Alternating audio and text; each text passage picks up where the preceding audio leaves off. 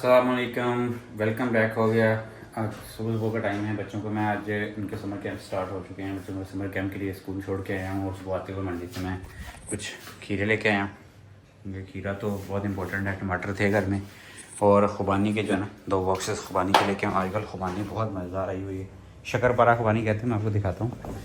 ये जो है ना खुबानी हमारी पूरा बॉक्स मैंने भर के रख दिया और बहुत ज़बरदस्त शक्करपारा मिर्ची वाली खुबानी है। आजकल इतनी मीठी है कि ये चेक करें इसका।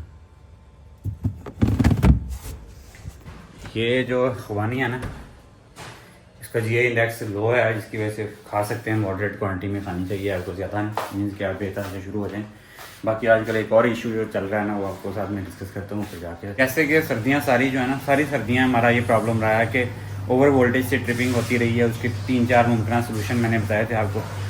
सेटिंग में मैंने इंक्रीज़ की थी, लेकिन फिर भी इस लेवल तक वोल्टेज बढ़ जाते थे कि कंट्रोल करना मुश्किल था। लेकिन आजकल जब से गर्मियाँ स्टार्ट हुई हैं ना, सर्दियों में ओवर वोल्टेज कर देते हैं। वापडा वाले हमारे जानबूझ के करते हैं मेरे ख्याल में, तो अभी तो मुझे यकीन हो गया है।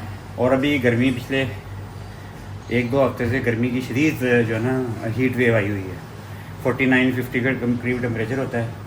लेकिन इस वक्त प्रॉब्लम चल रहा है हमारे इन्वर्टर का। रात को स्पेशली, दिन के टाइम में रहता है क्योंकि दिन में हमारा सोलर चलता रहता है। गवर्नमेंट को पता है कि हमारे वोल्टेज जो है ना पूरे रहते हैं, तो धक्का धुक्का लगा के पूरे कर देता है वोल्टेज। लेकिन रात के टाइम जो है ना, रात के टाइम पिछले 3 दिन से जो है ना, रात के टाइम ये होता है कि हर 10 मिनट बाद जो है ना ट्रिपिंग हो रही है। 180 तक इसके वोल्टेज सेट हैं, लेकिन 160 तक वोल्टेज गिर जाते हैं। तो ये ट्रिप करवा देता है इन्वर्टर।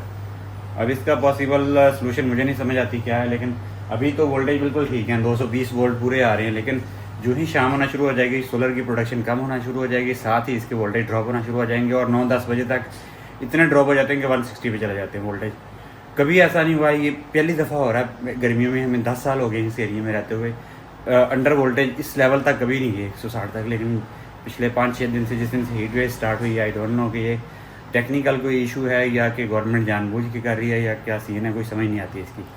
लेकिन आजकल ये बहुत प्रॉब्लम है। मैंने 170 पे इसकी सेटिंग कर दी है। 170 से नीचे तो मेरे ख्याल में नहीं करना चाहिए।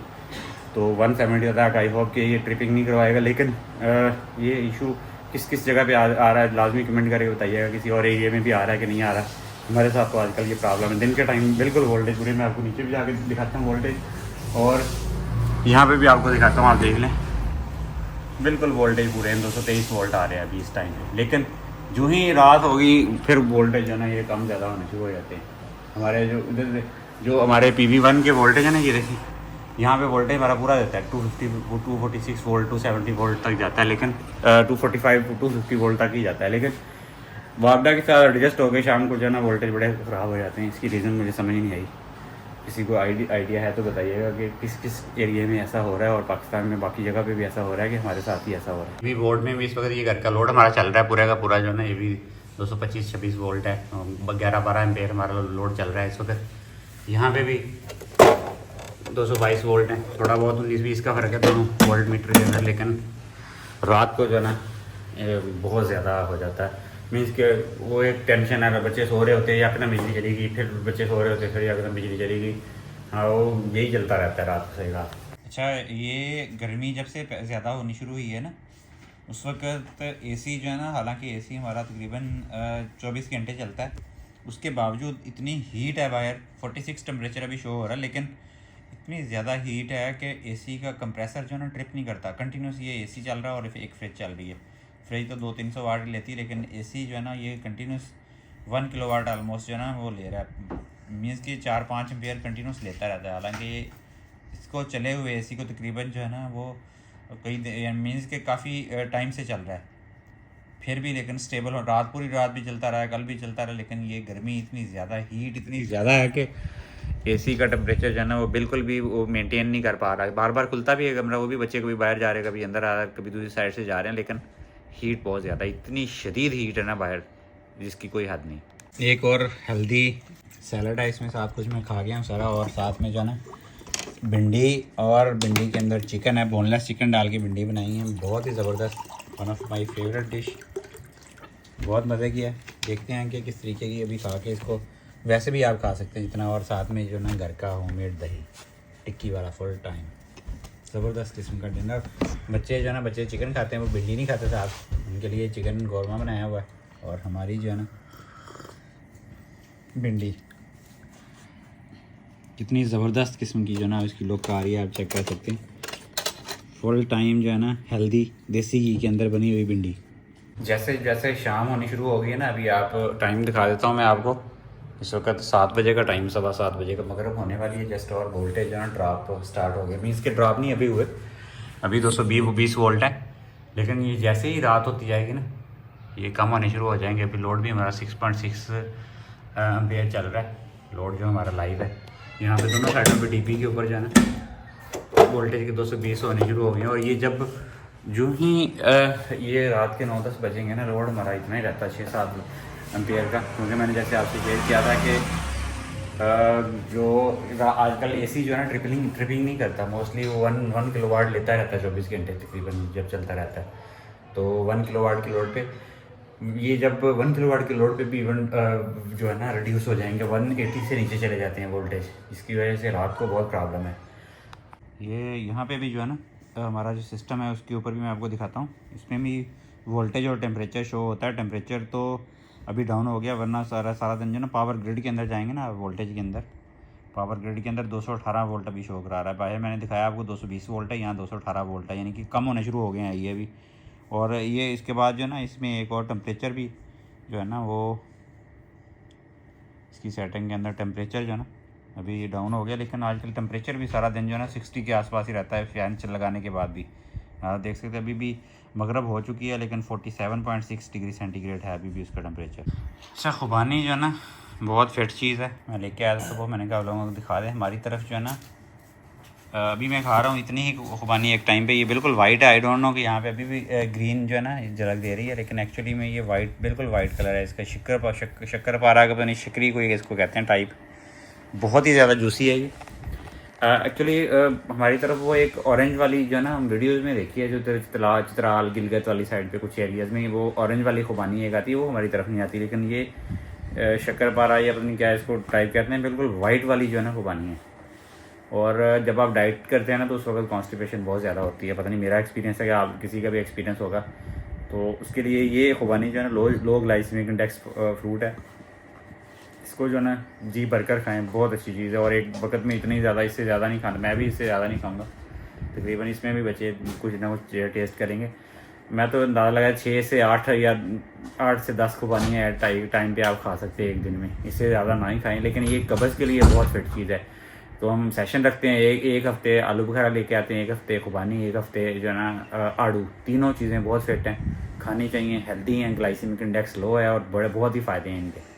ईद के दिनों में जो है ना बच्चे हमारे चिकन ही खाते हैं मोस्टली, बाकी कीमा शीमा तो खा लेते हैं। लेकिन अभी मैं चिकन लेके आया हूँ, रात का टाइम हो गया काफ़ी ज़्यादा, और इसके अंदर जो है ना अभी जाके मैं चिकन लेके आया हूँ। क्योंकि बच्चे जो ना बोटियाँ नहीं खाते बीफ की या बकरे की ज़्यादा, वो चिकन को ही शौक से पसंद करते हैं।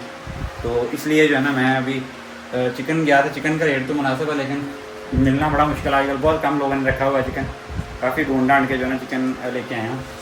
तो बच्चे जो है ना क्योंकि इसका ज़्यादा शौक से खाते हैं as compare to, I don't know कि आप लोगों के बच्चे भी ऐसे करते हैं कि नहीं, लेकिन हमारे बच्चे तो बहुत कम खाते हैं बीफ या मटन की बोटियाँ वगैरह।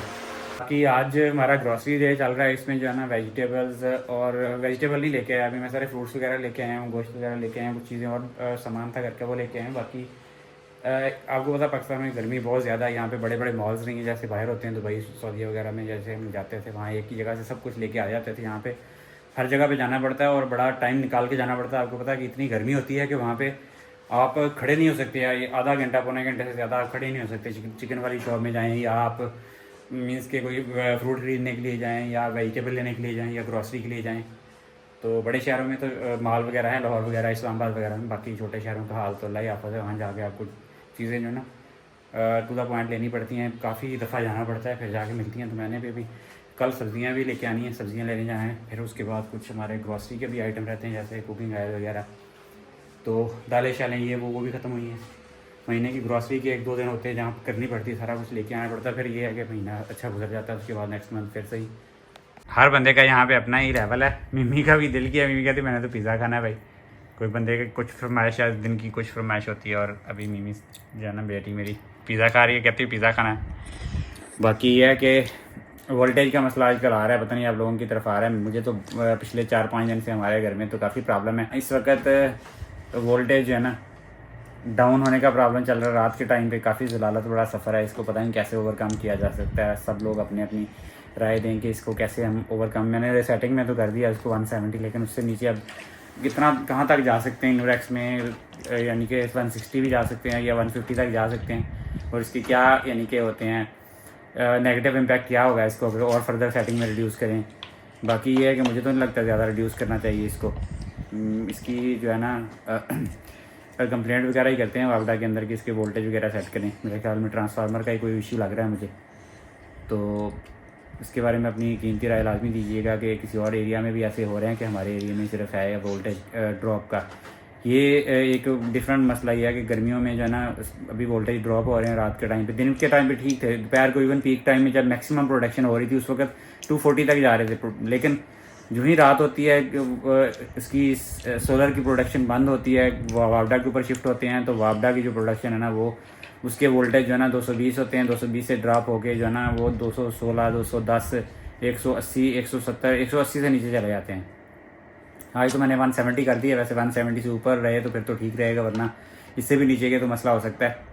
तो ये थी आज की वीडियो। आई होप कि आप लोग कोई ना कोई सजेशन हमें दोगे लाजमी। बाकी आपसे मुलाकात होगी इंशाल्लाह एक नई वीडियो में। बाकी बिल के बारे में मैं एक बात करनी थी। बहुत सारे लोग जो है ना बिल के ऊपर कह रहे थे कि मैंने लास्ट टाइम जो बिल कैलकुलेट किया था वो गलत किया था। एक्चुअली मैंने उसके अंदर जितने भी चार्जेस थे ना, यानी कि जो 1000 रुपये जो उसके ऊपर टैक्स लगा हुआ है, प्लस टेलीफोन उसके ऊपर टीवी के सरचार्ज है, कुछ GST है, ऐसे सारे डाल के 1280 1300 रुपया तकरीबन हर महीने फिक्स आता है। मैंने वो डाल के कैलकुलेशन की थी।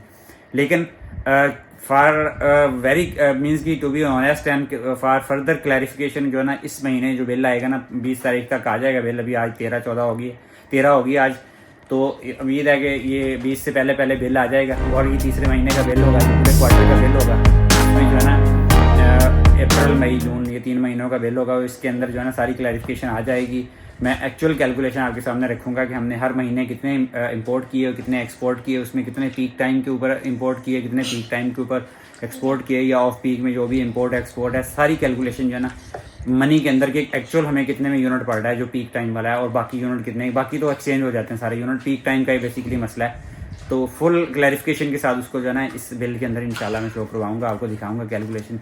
बहुत सारे जो है ना प्रोफेसर लोग आए थे, आके भाषण दे रहे थे कि आपने ये मिस कैलकुलेशन की है। भाई मैंने कैलकुलेशन की बेसिस है, लेकिन मैं अभी कोई जवाब नहीं दिया किसी को भी। मैं जो वीडियो बनाऊंगा जो नेक्स्ट अभी वीडियो होगी जिसमें सारी कैलकुलेशन मैं आप लोगों के सामने A to Z रखूंगा कि पीक टाइम में एक्चुअल यूनिट हमें कितने का पड़ता है। गवर्नमेंट जो मर्जी कहती रहे, लेकिन हमसे चार्ज कितना कर रही है वो आपके साथ शेयर करूँगा एक्चुअल वैल्यू उसकी। तो अपनी दुआ में याद रखिए। ये थी आज की वीडियो। आपसे मुलाकात होगी नेक्स्ट व्लॉग में। तब तक के लिए अल्लाह हाफिज़।